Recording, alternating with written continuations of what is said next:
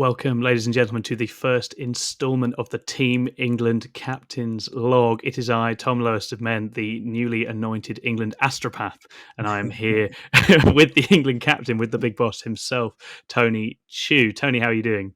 Evening, buddy. I'm fine. How are you? Yeah, I'm all right. Thank you. I'm excited for ITT. I've been trying to squeeze some reps in for that whilst also doing a job, which has not been that easy, but we're nearly there. Just going to go in and style through it. It's going to be fun. So what we're doing tonight, guys, is the first of a series of episodes which are going to give Tony a chance to kind of explain to you, the listener, a little bit about how England's processes work, how the kind of internal mechanisms of this big old machine have been working going into the upcoming WTC. We're obviously a few months away still. But selection ended a couple of weeks ago. The team was picked, and that brings Tony to the end of the first of many long and difficult processes, which is selecting the team. So I thought this was a good time to get him on to talk about that. How are you feeling now selection's over, Tony? Yeah, good. That was the toughest selection we've had for a long time, and not Yes. because we haven't had good players applied, but I think just this year we had such a really strong pack of players. It was really hard to separate those out. I had more conversations with people this year about why they hadn't made it, I suppose, than ever before. Because lots of people want to know how close they came, maybe, and why they didn't quite make it. And I think more, what can they do for the future? I don't think there's been. I mean, in the past, we've had people apply and go, "Oh, I didn't get in. I'm not interested. That's it." Yeah. I think this year we've tried to be really open with how we manage the team applications, and I think more than ever, people have gone, "You know what? I gave it a go, but maybe I tailed off, and maybe I didn't quite get to the standard I wanted. I can see that why you've picked other players over me." So I think it's just going to make it more competitive, worryingly, for next year. Yeah, no, I think 100%, because it's a long process, right? When did we started quite a long time ago now. Other side of the year in 2023, and it's a lot of events, it's a lot of prep and a lot of different things. But as I say, I think it's also quite Moorish. It's quite, people get involved and start doing it, and you start seeing the game that way. I think the enthusiasm really builds. So I think in that sense, it's been a big success.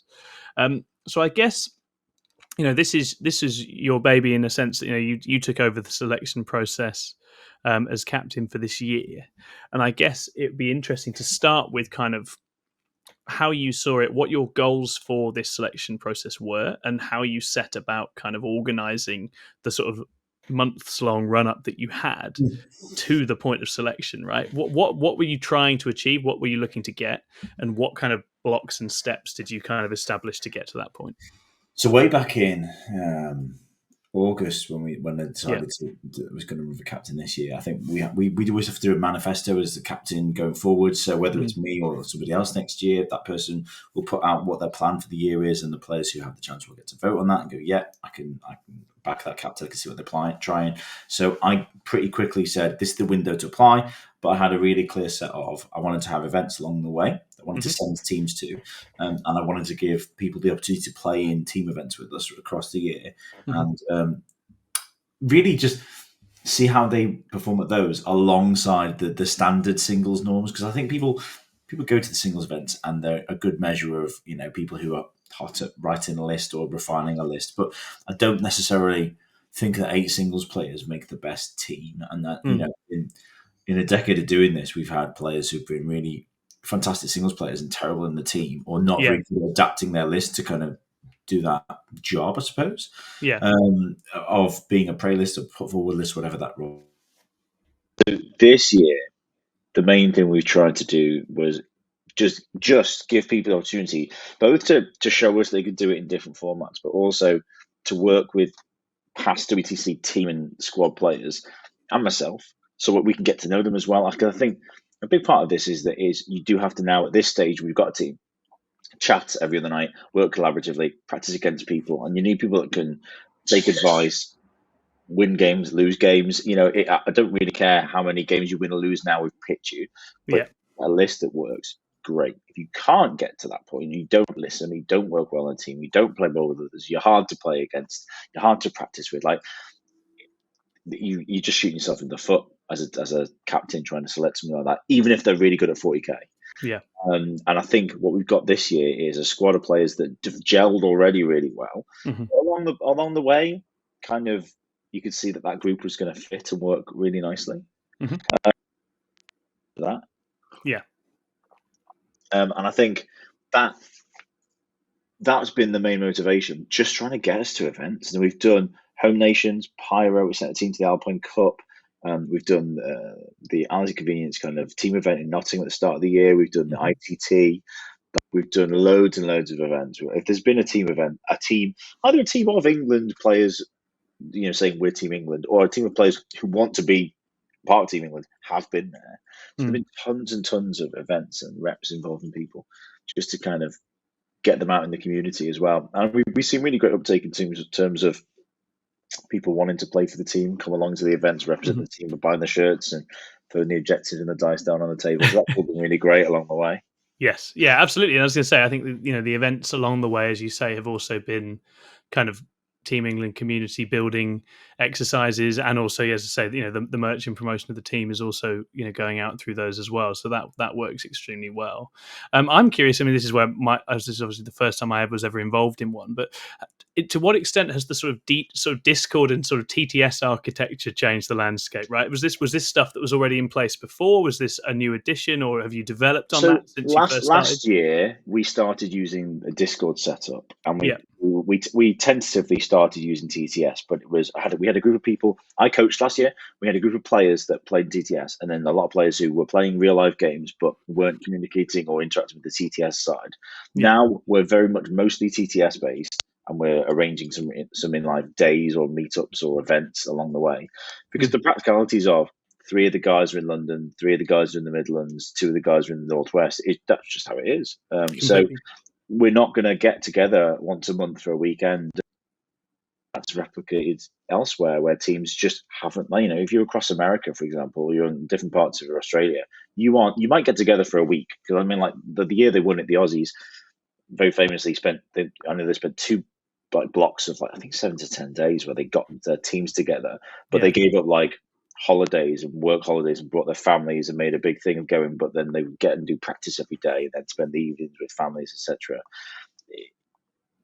That's the level of time and effort sometimes it takes to get your team together to practice. We're very lucky now. I think we've got a TTS Discord set up where we are very hot on it, not in terms of our players are on, but we've got a great team of coaches and support staff around that as well who are chipping in, contributing. So that's something I did consciously say as part of my bid. I think you just have to accept that's where the game and the practice sessions have to go, yes, because as new codexes roll out, it seems like you get one and then two and then one and then two at the moment, every month, every other month.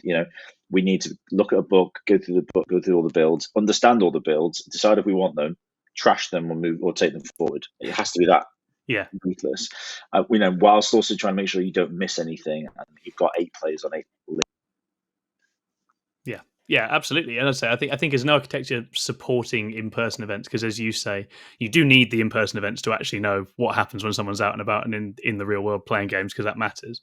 But as I say, for sussing things out and plotting and scheming, and obviously the Discord as a place to do that is really, really useful.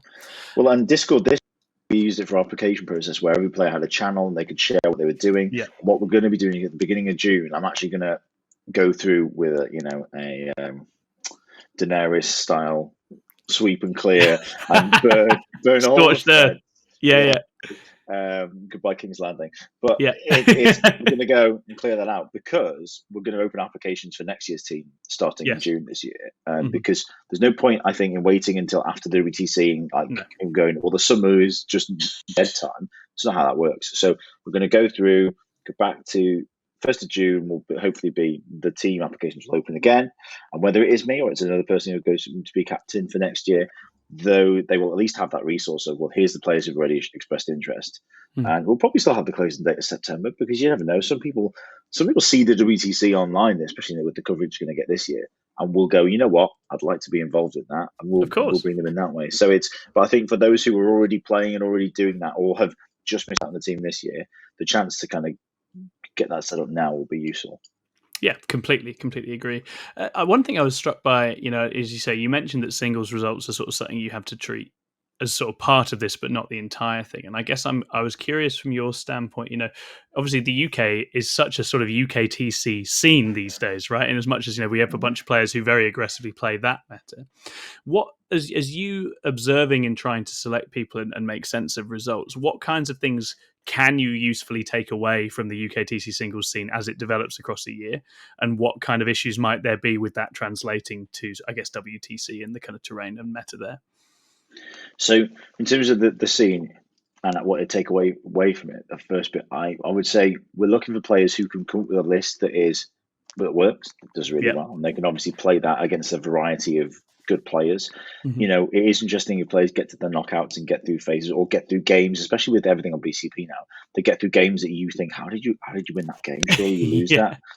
So that's always a good starting point. I think, especially with the way that the WTC runs themselves now, the guys who run that are in group chats and whatever, their own discords, whatever it might be, with GW and with other TOs, and we know that like the UKTC team talks to the WTC team. We know that essentially, if a player misbehaves in one of those, that is spread everywhere. And so we also look at how the players conduct themselves and how they get on with other players and what are the issues, what are the complaints, are there any problems with time, are there problems with gamesmanship? Those I think, especially because our community is growing, but the internet makes everything available and there's web streams of everything now. You can't go to tournaments and be belligerent or annoying or rude to your opponents or gamey or, God forbid you take broken dice or you cheat with your armies, put extra models on. I mean, these are all things in the past 5 or 6 years that have happened at big events. People have been caught. And those people generally just disappear from the scene now because there's nowhere to hide. Their name gets outed really quickly. Everybody goes, oh yeah, that's that guy, they did that. The famously is the one Element last year the toilet dice. But the toilet that had broken dice, knowingly used them, got caught, and then they're in a frame above the toilets and elements. I mean, that's just great stuff. I think the community just is great at pouncing on that. But I think from our side, we do need to look at all of those things. But we can then look at and go, well, is a player only really good if they're using the broken lists? Because there have been players who apply for the team and you think, oh, that player's really good, but they're using the list that is like, it needs to be completely changed. And as soon as that change hits that player, you go, oh, they're not very good at 40k. Yeah, absolutely. And equally, you get people who only want to play the power lists. And you're like, well, that isn't necessarily where you're going to get in the team. You can't have 8 players in the power list. And it's why we don't have a ranking or anything like that. I think some other communities do, and some countries that maybe have a smaller pool to potentially to pick from go, well, we know we've got an 8 or a 9 or who are always going to be at the top, and then we'll pick from there. But I think if we opened up a ranking, I don't think it would be healthy for the community. And I suppose that the model I've picked is one that we've used before, which is I'm a bit like a football manager in that I'm just gonna pick the 8 players that I think are going to make the best set for the team. Whatever football team you support, you can find the manager analogy there. But I say I'm an Eric Ten Hag at this moment in time, but it's bad times. But you just got to go with that because I think it's not as simple as, oh, this person is number 4 in the UKTC ranking, so they get on the team, or this person's number 3. It might be that one day down the line, I or somebody else goes, yeah, we'll offer a space for that. We'll offer a space to the number 1 player who's UK is English and is able to apply for the team and go, would you be interested in playing? But again, what if that person doesn't fit your team mentality, it doesn't fit your ethos, it doesn't play well with others, it doesn't want to approach it in the right way? Of course. I think, the first instance, you have to put yourself forward to play for Team England. Once you're in that bracket, we'll use all the data available we've got to gauge how good a player you are compared to the next person. And nothing then is off limits for us. But I think the process is you have to come to us, you have to find the Discord, which is readily available now more than ever, and you have to come and play games with us, play at singles, play at teams, and then once we've got all of that, we can work on it. The UKTC meta is interesting because their terrain is different, and the WTC terrain so different. Yeah, you might just think initially, oh yeah, it's just a little bit heavier in WTC. It's not that big a change. It is. I mean, like they've just brought out a map update, and it's tweaking their light board so the objectives are just like it's really hard to hold them from behind a wall, essentially. Dramatically changes some matchups and makes some things harder and some things easier for certain builds. And UKTC, I think, it's very easy to go, well, that's my plan for each of those all the way through. WTC, with the combination of the lists you could face and the way that the team play works and how players are going to want to take certain tables out, means that that's so much harder to prepare.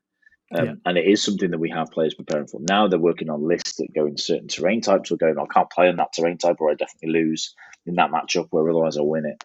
So I think that it adds another layer of depth to WTC play, which I think a lot of players really enjoy. UKTC, I do hear some players bemoan, "Oh, it's this mission, or it's this map." But I mean, but again, that fair dues to UKTC, because we have a really strong 40k completely scene, and we have a massive super major virtually every month now. I mean, how good is that for 40k? Where a few years ago it was just you could go to 100-man events 2 or 3 times a year, and they'd sell out. No chance. Completely. Yeah. As I say, I think it's very strong. And as I say, it sounds like, from what you're saying, you can get very important lessons about people's quality and caliber and character from UKTC, because if they're competing at high levels, they're doing it in a way that people are happy with, and they're getting on and having very tough games into the best. Then that's useful. And then, as you say, the meta's a bit different. Certainly for me, coming in as attempting this for the first time, that terrain and mission shift was one of the big things, right? It's just such a different style of play, the places you can go on the board, the angles you can open up, and what you're trying to do on a WTC map is very different. So that's my advice for anyone listening who wants to have a go next time, is practice rigorously on that and get started, because I was definitely still figuring that out this time around. One question with the selection that I had was that you went a little earlier in the process to announce Manny Chima and Vic VJ, which I think obviously great announcement. And I'm very curious, from the sort of behind the scenes view and from your own kind of personal view, what was the sort of process and logic behind doing that? And I guess in a way, does it help to kind of get a couple of your kind of key players locked in early? Does that give you something to kind of know what you're building around as well? I think we've had, at the point where we picked Manny and Vic, Manny had not long before that gone to the Worlds and won.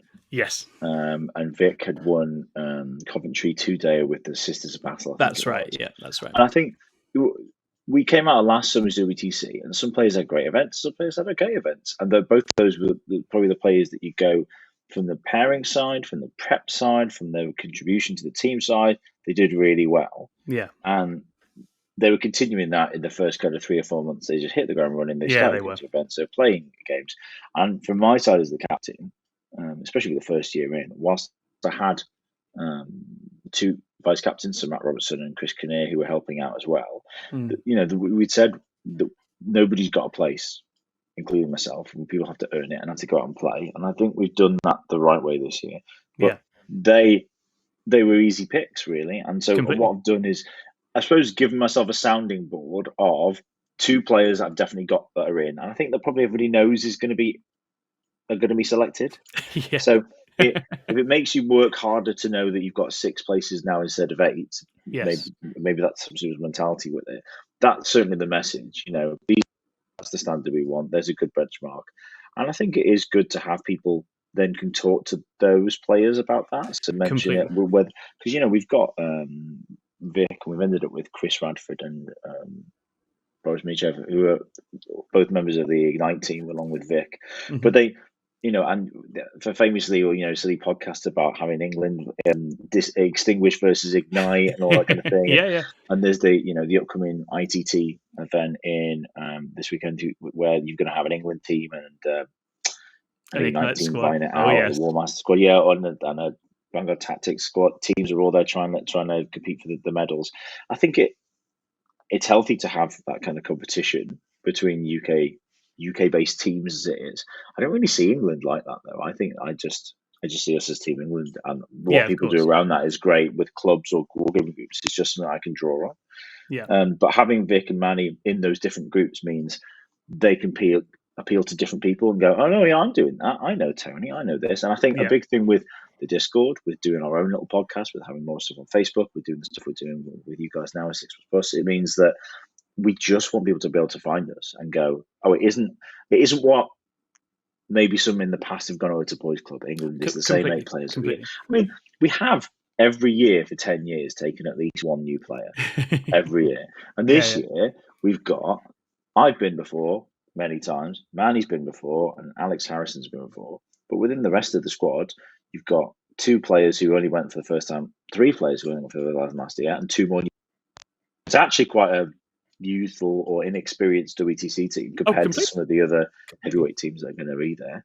But doesn't really take anything away from the fact that if you were to see any of those players in the top tables, UKTC, for example, you'd go, yeah, it's going to be a tough game. Or, 100%. that would be all of an Ignite team or all of a Team England team, for example.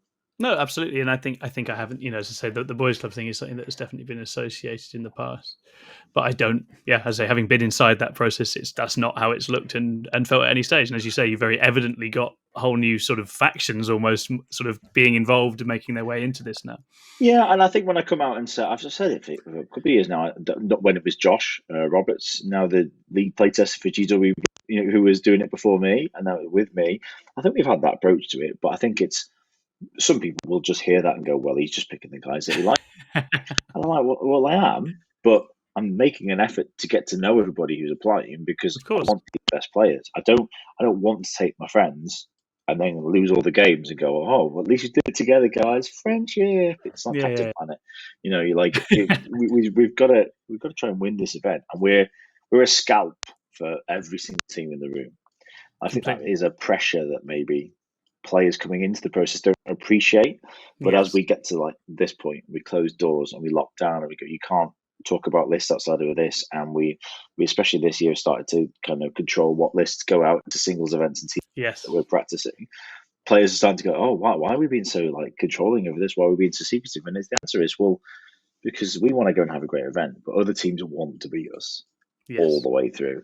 And if we don't get a win or we get a draw or something like that, it's always, other teams are not celebrating our demise, but they're like, oh, yes, England's lost some points. Because we are one of the contenders every year. Of course. Yeah, absolutely. And I'll say that raises another couple of questions. It's interesting because you mentioned the Ignite thing. And obviously, as you say, between Vic, Boris and Rafi, you now have 3 members of Ignite who are obviously a team who have been incredibly dominant in the team's field the whole of the last year or two. And I guess I'm curious, what is the emergence of a force like that? Is that a healthy and useful thing? It feels like it probably brings a good kind of competitive energy to the process and to selection that I think is probably very good to have. Yeah, it's funny, right? I was thinking to one of the guys involved in that the other day, and he said, "Oh, it must be funny for you because like over the previous years, I dominated everything." And again, I was like, I don't really look at it like that because I suppose for me, anyways, as the captain of Team England, I'm not trying to make England like a squad or a group, and then it's something to compete with an Ignite or a War Masters. I just don't see it like that because the way I feel Team England should be, and what we're trying to set up now is, we're around all that.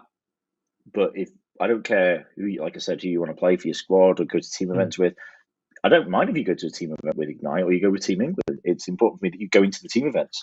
Yes. And I can see that prep, and I can see that you played a role for your team, or like we've got players like this year, like I'd say Chris Radford, like when we, the ITT where we lost to Ignite in the final game was Team England group. Chris had played the Accursed Cultist list, and he had to buy it, build it, and get it practiced inside of like a month because their player dropped out and they didn't have the army, but that's what they wanted to take, and that's what they thought would get them the victory. And he did it, and he played that role and did really well. And that was one of those things you put a tick against him, going, well, okay, versatile player, plays the list well, works for the team, practices to get the games in. 100%. Making a list of reasons why you want to pick people, he had all those ticks. That was great. Exactly. I just think that the stronger the 40k scene is, the stronger our team should be. Yes. I don't really care where we draw you from. No. If you are English and you're eligible to play for the team and you apply, you've got just as much chance as the next guy. And that's how it should be. And it always would be. And maybe it'll be different. Maybe one day down the line, somebody will be a captain of the team and they'll play for Ignite or they'll play for War Masters. And then you get the boys' club thing again. Of course you will. Of course you will. Inevitably, they'll be like, they'll be like, oh, Boris is picking all his own guys. Oh yeah, this is it. We were all thinking it was you, Boris. But like that's just things that'll come up along the way. Yeah, of course. I from my side, it's just really exciting to be involved in it at this point in time when there's so many people playing 40k. Completely. Whether you're on social media, YouTube, going on even on your TikToks, or whatever, and finding there's 40k just everywhere. It's so stepping out of the shadows these days. And there's just more and more people go to events and go to tournaments. Completely. I'm really interested to see if GW keeps steering it to bigger and better things in terms of that side. Because you look at things like like the French league, where they have like divisions of the Premier League and the First Division, almost of 40k teams, of groups of 6 or 8 teams of 8. There's such a body of team play that they could tap into if they really wanted to. And I know that though, teams like Ignite and War Masters are hoping that they take it, because then they can go, oh, cool, we've got a kind of almost like an esports team ready to run with that. So interesting times. Yeah, oh, definitely, and you can feel that momentum and that lift off potential in the future. So I'll be really interested to see if it gets there. Okay, wonderful. So I mean, the last couple of questions I have is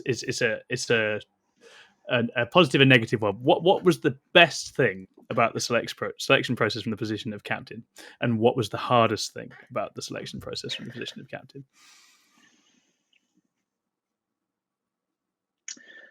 I think the best thing is quite easily when you tell somebody who didn't think they were going to get in, and then the relief of it is like, oh, finally, I've done it. It's great, and you know, and it is. You do pick the team, and then they kind of, you sit down and you finish the phone calls, whatever, and you go, oh yeah, that was great. That's good. I'm really happy with that. Now we can actually start working on this and start talking about it. And, you know, probably the most exciting bit was that, followed by the first team meeting where we had a really positive group chat about what we were going to do and what factions. Then we split. We've done a few of those since then, but it's been really positive all the way. And I suppose my job is just to steer that now. And I quite enjoy that side of it. I quite enjoy the theory behind the games and the list. I like playing the game, but I like the theory behind the parent and the matrix while we're doing it, which is a whole different thing. And, you know, coincidentally, we had a tough year this year. We had Josh Roberts, who was going to play for us and had to step back due to work commitments with GW, and that's a shame, because he'd hoped to play for the team, and he loves WTC, loves coming to the event. Him and his brother and Nathan usually will come along and support the team, play in the team, have been doing it for longer than I've been involved in the team, and Josh has won it multiple times and podiumed, and I think he'll always have a soft spot in his heart for the event. Of course.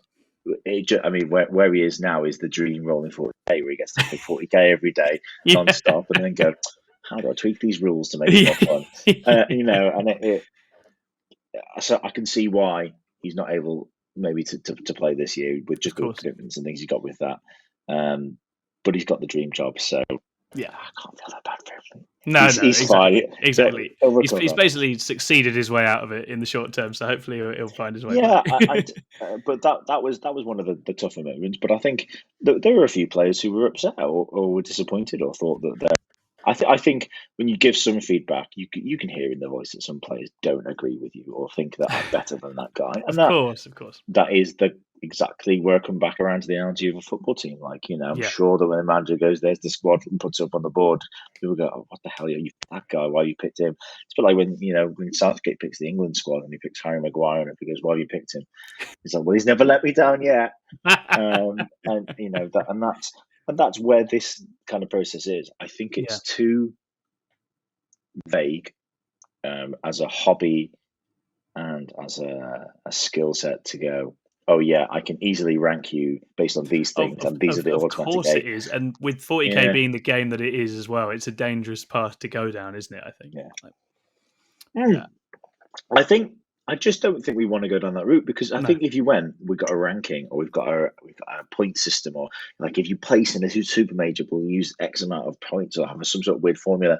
You just get everybody using what's ever broken. Like, that's exactly if the new Tower Codex is it, then you'd have ready to win that Tower Codex, or you'd have ready to win the Eldar. I remember years ago when it was I think it was Necrons and Wraithwing very first came out, and I can't remember what edition of the game it was, but it was literally like every tournament was half Wraithwing, and you're like, that makes it really hard to pick a team. Actually, at least 40k at the moment, we're able to go, oh well, these guys play these lists, these guys have played these lists previously, they have this kind of play style. I'm able to see that within the game at the moment, so I think it's in quite a good place. Index 40k was a bit last year, but that's just whenever you get a new edition. It is exciting to play a WTC with an actual edition that's being fleshed out as we go. Yes. So hopefully we get a few more codexes before the event. Absolutely. Well, that's going to be spoilers. That's going to be fodder probably for our next captain's log. Is Yeah. how you deal with Indeed. this stage of an edition versus the index era, and because as you say, the train is running away from the station at speed now, isn't it? So it's in a very different place to where it was. Oh yeah, but and fair play though, they're getting these codexes out at a good pace. But yeah, nothing the feels cycle's crazy up. in terms of. I mean, there's a broken combo in each book, but they're gradually fixing that as they go. You know, I think it was when the orcs came out and it was the bully boys and these knobs are unkillable. But people are killing these knobs. They are. They are. But the next one's going to be Chaos Space Marines and whatever builds they have. The accursed vehicle thing looks like it's going to be the new meta. And then on top of that, you've got Tower going to shoot things, aren't they? And then rumours of Sisters of Battle and things down the line. So do you see the cults announced at the last big event? So I have to wait and see. We absolutely will. All right. Before we wrap up, if you were advising someone, you've got a listener tuning in who's like, next year I'm going to go for it. I'm going to try and get myself into England contention. What are the best bits of advice you could give to someone who is interested in being involved next time around? Yeah, so first thing is find our Discord, join our Discord, and what will happen is you'll see a thread in there that will say England applications 20 for WTC 2025, and you'll be able to put your name in there and go, hi, I want to get involved. And what we'll try and do is this year is make sure we at least have a chat with everybody who's applying. That's something we aimed to last year and didn't quite do just because the sheer numbers and the timing of it didn't work. I think we're spreading it out a bit as well. We're trying to touch base with people and have a couple of open practices between now and kind of the end of September to go. If you want to apply and you've never been involved before, come and meet us at least. Yes, because some players otherwise would come into like something like me and you had never really spoken before the first team event where we were on the team and it's like, right, what we're going to do? Let's go. John Clark's house, didn't we, to have yes, that's right. It's things like that where we can make more of an effort on our side to go. Just we're not going to meet every weekend, and we're not going to have a try and give you the chance to come and meet us.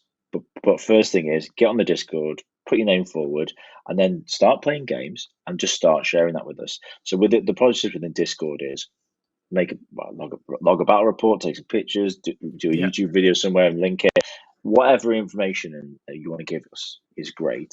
I think just get involved in that process. And then from there, you will be offering 3 team events before the end of January that we want to have England players at. Mm-hmm. So get yourself involved in one of those. Because at that point, I'm almost like, well, I don't need to play in one of those if I can have 8 new players I've never seen before doing it. So that will be the process. We're a bit far away from me going through next year's captain's manifesto or anything like that just yet. But certainly those are things that we're going to do. Be playing 40k though, and for now, whether it's a team event or singles, go with the list that you enjoy. Don't worry about you have to be. I'm applying for Team England. I'm using the best list and I'm winning all my games. That isn't what it's about. I'm looking for people who can go, I lost this game because of this. Exactly, I lost it because I made a mistake, or because this was bad, or because this mission was terrible. When I don't want a battle report like White Dwarf that says, "Oh, it was really close and my character did this," and I don't need a story about it. I need to know what are you playing? Why are you playing it? No narrative bat reps in the Discord, guys. Not really. So it's about, for me, just kind of gauge where you are as a player. Are you just in getting into your 40k competitive side? Are you well into that? Are you tweaking lists to always try and win? Are you playing lists for fun? Or are you trying to play a certain role of list? Do you prefer team tournaments? Do you prefer singles tournaments? Because again, you've got guys in our squad this year.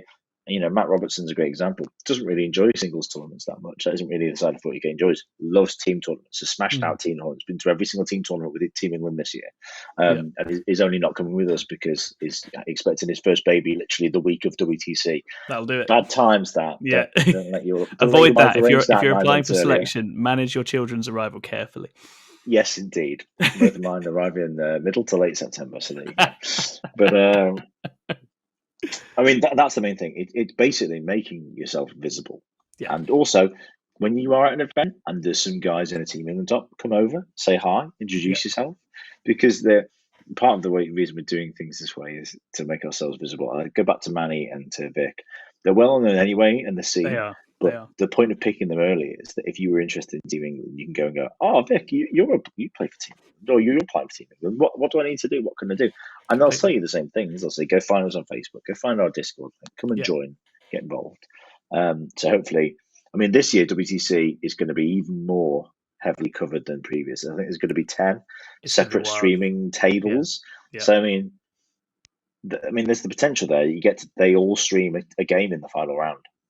Absolutely. Which I think would be amazing. That if you could go through 8 channels, you've got to do it. Each of the that is where competitive 40k I think should be a strength. I mean, I know you'll have like the French table, the Spanish table, but regardless of it is, if you get to the final, let's say England versus USA is the final, for example, tasty one.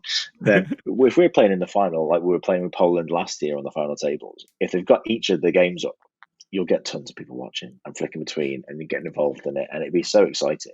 And as somebody who watched like the World Champs at home, because I couldn't go to that, watching, I was trying to find every game and switch between. Magical. When there was Manny on one and Boris on a French stream, I'd switch between the two of them. So it's it's that side of it that I think 40k is just getting better and stronger in that regard. Yes. Completely. No, exactly. Get yourselves involved, guys. I think it's a really exciting time to be involved in that aspect of the game. And I think, Teams 40k is eternal. It's evergreen. It's game proof, meta proof, always a good time. Wonderful. Tony, thank you very much for coming on for this very first episode of Captain's Log. We will be back in the future because the selection is over, but the work starts now. So we'll get into that and talk about that in some more depth next time out. Until then, do check out the Team England socials so you can get on the Discord. They have the Team England community, Team England 40k community Facebook page. You can get onto there, so do get involved in all of that for updates if you're not already. And obviously a reminder to hit the old like and subscribe. Let us know what you think. Be interested to hear what you think of this torturous process and journey that Tony's already been on, and where you think he's going next. And obviously we'll see you all again next time out. Bye-bye, everybody. Bye, guys.